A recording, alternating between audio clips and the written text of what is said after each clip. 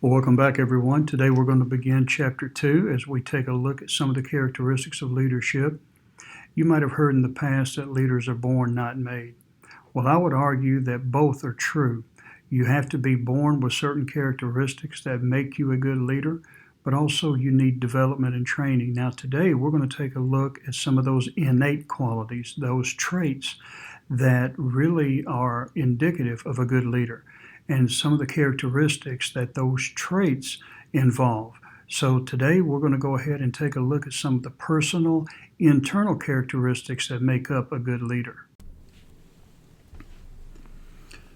Well, welcome back, everyone. Today we're going to begin Chapter 2. We're going to talk about traits, behaviors, and relationships.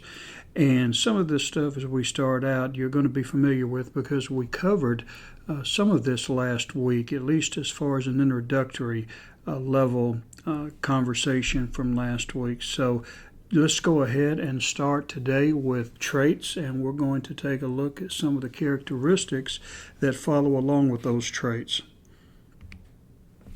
If we take a look at the definition of traits, it's the distinguishing personal characteristics of a leader, such as intelligence, honesty, self-confidence, and appearance. And if you remember last week from the great man approach, which we're going to see again here in a few minutes, the feeling was that there was something about the person that distinguished them as a leader. And part of the trait theory is that there are innate, inherent qualities about a person that make them more apt to be leaders and so forth. And these are just a few of them: intelligence, honesty, confidence, appearance. Some of these, as you can see, are things that can be learned, but also there are things that have to be innate in that individual, or they have to be born with it, in other words, to be successful. Now here's just a diagram of some leader characteristics. This exhibit shows you the personal characteristics. They have to have energy, passion, humility, physical stamina, and so forth. Personality, they need to be optimistic, cheerful, self-confident. We're going to talk about some of these in more detail, but if you take a look at some of these, who would you believe, or who would you in your experience would typify these characteristics? And if you know of a person, whether from history or maybe you know someone today who typifies some of these characteristics, you might want to try to see if they could mentor you, if you could glean from their knowledge and experience, how did you develop some of these skills and so forth. You'll only benefit from it. You can't go wrong when you take the examples of people who are already known effective leaders. Now let's take a look at some of the characteristics of leaders. First of all, optimism. And that's the tendency to see the positive side of things and expect that things will turn out well. There's a story about one of the most decorated men in the United States Marine Corps. In fact, he had the nickname Chesty because he had a chest full of medals. And this man rose to the rank of general, and he was very, very popular in the 50s and 60s and 70s during the Vietnam War. The story goes that he was in charge of a unit of Marines. They were on top of a hill trying to defend it, and one of his junior officers came to him and said, "Sir, it's hopeless for us now because we're surrounded." And Chesty said, "Hopeless?" He said, "Now we've got them where we want them. We can shoot in any direction and hit them." Now that's optimism. That's taking a situation that might be dire and seeing hope emerge from it. And as a result of his optimism, those Marines were able to defend that hill. They had a new outlook and a new perspective on things, and they were able to withstand the onslaught of the enemy. Well, that's how you have to be. You have to be optimistic. You need to be the glass is half full instead of the glass is half empty type of person. Your optimism is going to really wear off on others around you. But also the opposite can be true. If you're pessimistic and negative, that's going to have an effect on people. I mean, think about those who you know or have experienced in the past where nothing was right, everything was wrong. You couldn't please the person, or the person was never happy. Those types of people will bring you down, and we try to avoid them. Well, think about how toxic that is in the workplace. So having optimism is a very important element if you're going to be an effective leader. Self-confidence, that's the assurance in one's own judgment, decision-making, ideas, and capabilities. One of the things that I learned in leadership was that you're not going to make every decision right. You're not going to have a right decision every time, but you do need for them to see that you are resolved in your decisions. If you're uncertain about decisions, the people will lack confidence in you. They'll be uncertain about you. So you can go back oftentimes and make good on the mistakes that you've made.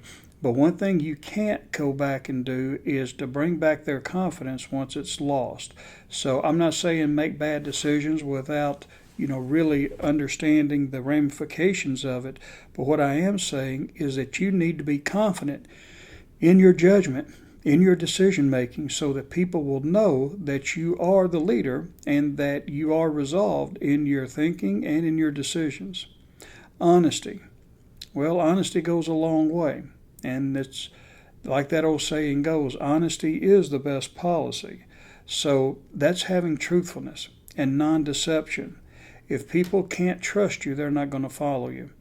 I heard a saying a long time ago, they may follow you because you are a leader. They may follow you because they have to, but they're not going to respect you unless you earn it. So I would rather have people follow me because they trusted me, because they knew they could depend on me, than me just having the title and they would have to follow along. That's very superficial and shallow, and I do not know very many people who are successful by just leading with their title. Integrity. That means having a solid ethical principle, acting in accordance with that principle. In other words, as we said last week, let your yes be yes and your no be no, and be consistent in what you do. Don't be wishy-washy. Don't be, again, uncertain about things. Make sure that what you say, you follow through with it. If they see inconsistency in your leadership, they're not going to be very confident in you. So integrity, being a person of integrity, goes a long way. I've had people say that they at times have not agreed with my opinions in church, but they've always respected me. So that says volumes for people when they, even though they don't agree with you, they know that you're a man of integrity and that it is just a difference of opinion, but that my character would never be impugned. Drive. And that's a high motivation that creates a high effort level by a leader. If you're not going to be driven, the people aren't going to be driven. They're going to go as fast and as far as you take them. So you need to have that drive to continually excel, to continually perform, to be that example. And that's what you are. You are the example for those people in the workplace and in the ministry. And if you don't have that, the people are not going to be energetic enough. They're not going to have the motivation to do what you need to do and what the organization needs for you to do.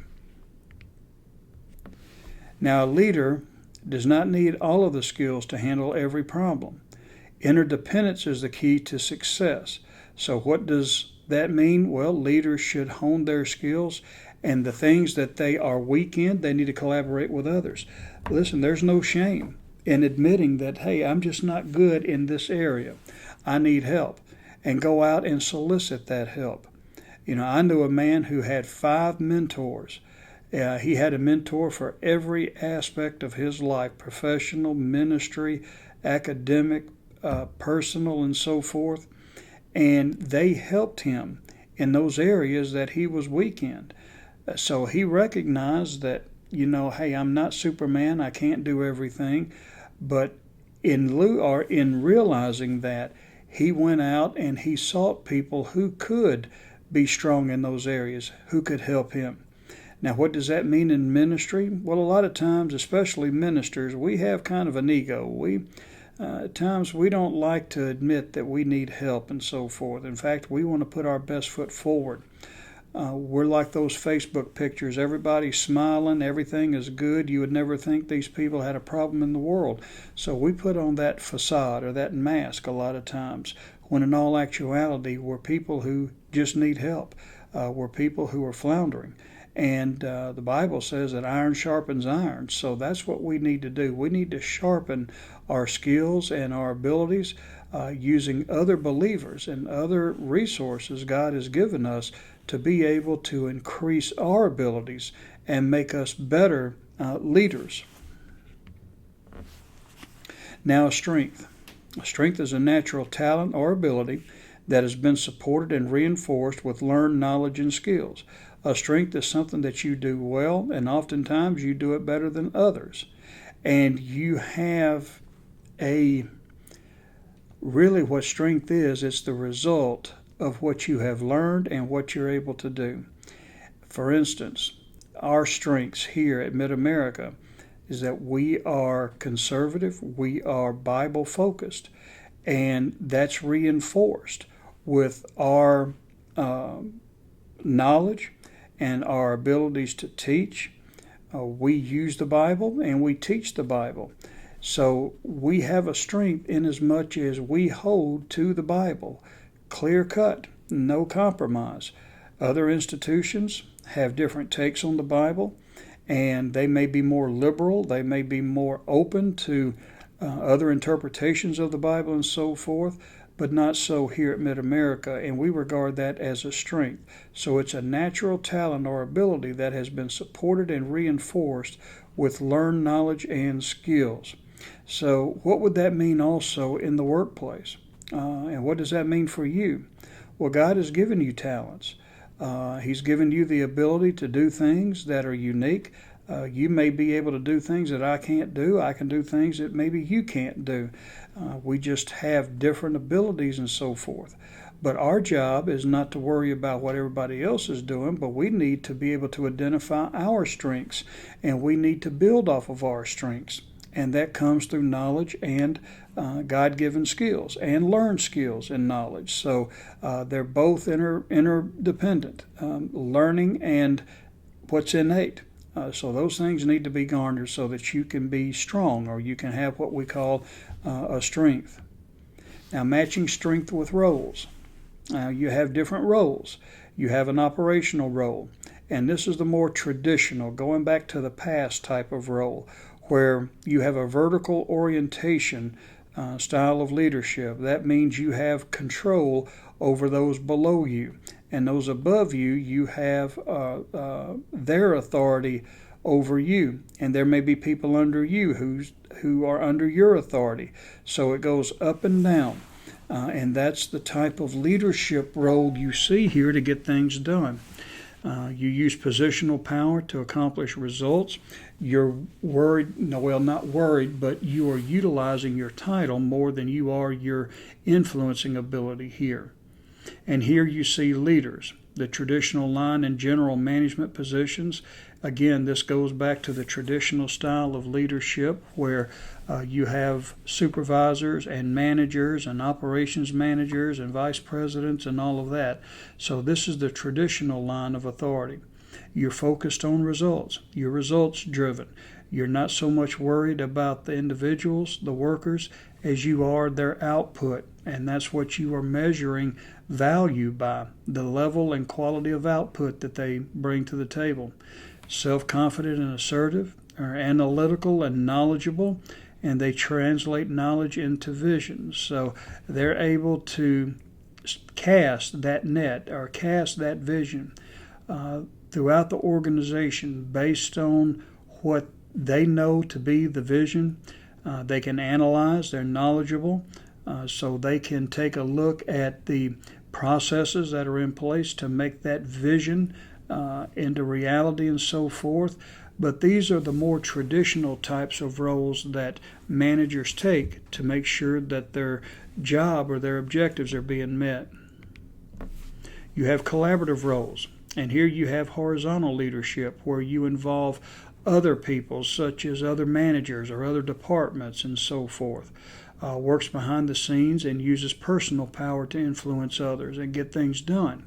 So here you see with these leaders, project managers, matrix managers, we'll talk about matrix organizations a little bit later on, team leaders, they have people skills for networking and building relationships, and then you see here proactivity and flexibility as some of the key distinguishing qualities of a leader in a collaborative role.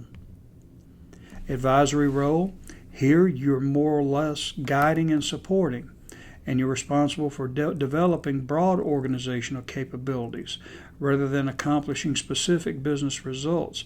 And again, here is the ability to step back from the trees and see the forest. You're not bogged down in individual tasks and objectives. You're stepping back to see the whole organization and how it's related to each other within the organization, those interdependencies and those interconnectivity arrangements. These are the things that you're looking for there. And you see here with leaders, you have HR, legal, finance. You have to exercise people skills. You need to be able to influence others. And of course, you have to have honesty and, of course, integrity. Today, we took a look at some of the characteristics of a good leader, some of those personal traits such as optimism and being inquisitive and a certain level of intelligence and so forth. Let me ask you, as you were taking a look at those characteristics, did you ask yourself, do I possess these traits? Do I have these characteristics? I hope you have, at least to some extent, possess some of those characteristics. You know, God can use anybody. But if we're aware of our strengths, if we're aware of the things that God has given us that we do well, we can leverage that to be mighty leaders, not only in business, but also in our ministry.